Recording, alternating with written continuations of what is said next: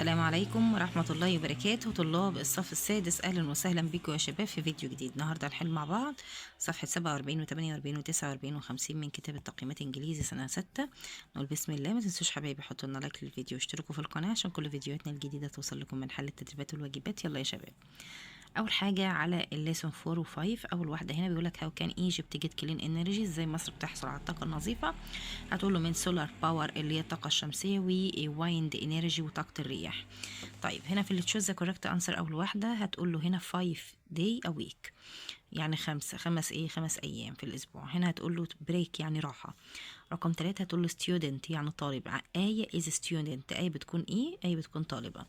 answer the following question هتقول له هنا 6 lessons، 6 دروس. هنا هتقول له no she doesn't because her school المدرسة بتاعتها is far away، بتكون ايه؟ بتكون بعيدة. وهنا بيقول لك هل آية بتمشي المدرسة وليه؟ هتقول له لا طبعا هي مش بتمشي لأن المدرسة ايه؟ بعيدة. دي صفحة 47. يلا بينا على صفحة 48. صفحة 48 في الاكتيفيتي ها هي ده الترتيب يا شباب زي ما انت شايف اهو.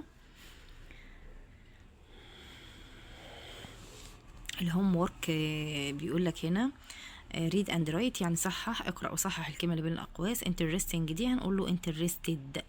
طيب هتشيل bored دي وتقول له boring. هتشيل visited وتقول له visit. هتشيل doesn't وتقول له didn't. تمام. دي صفحة 48 يا حبايبي. يلا بينا على صفحة 49. صفحة 49 تشوز ذا كوريكت انسر. رقم 1 ذا وورد هتقول له nervous يعني عصبي. هنا هتقول له helpful يعني مساعد أو متعاون. طيب رقم 3 هتقول له polite يعني مؤدب ومهذب. رقم 4 هنا is shy، هي يعني بتكون خجولة. she is worried about talking to people، دايما بتكون قلقانة لما بتتكلم مع الناس. رقم 5 هتقول له توب، الروف ده اللي هو السطح بيكون top of the building يعني بتكون قمة أو أعلى قمة المبنى. رقم 6 هتقول له at night يعني في الليل. طبعا الأوقات بتاخد ايه؟ at. عندك هنا my best friend. هنا بيقول لك في الريد دي كانت صفحة 49. يلا بينا على صفحة 50. صفحة 50 في اللي تشوز أول واحدة هتقول له camels يعني جمال. تاني واحدة هتقول له her father car يعني عربية والده. هنا بيقول لك answer the following question، جاوب على الأسئلة.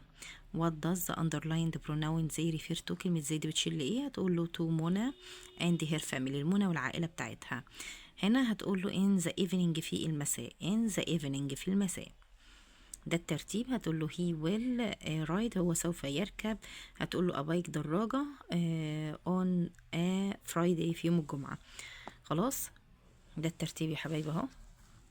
ودي برضو علامة الترقيم لأنه هنا بقول لك رقم تحط هنا كوما أبوستروف كده ما بين الإن والتي وتحط نقطة في نهاية الجملة. طيب هنا يا بطل بيقول لك اكتب باراجراف عن a nice match، مباراة لطيفة you have watched انت شاهدتها. هتقول له I watched a nice football match last week our school team played against، الفريق بتاعنا كان بيلعب ضد another school مدرسة تانية. زي player worked hard هم لعبوا بجد and showed great teamwork وأظهروا قوة وروح الفريق العمل. many student العديد من الطلاب cheered and clapped كانوا بيحيوا وكمان بيسقفوا for the team للفريق. it was very exciting إنها كانت طبعا مثيرة ومتحمسة طبعا. و I was very happy أنا كنت سعيد جدا and proud of them وكنت فخور بيهم. كده حبايبي نكون وصلنا لنهاية الفيديو. ربنا ينجحكم جميعا.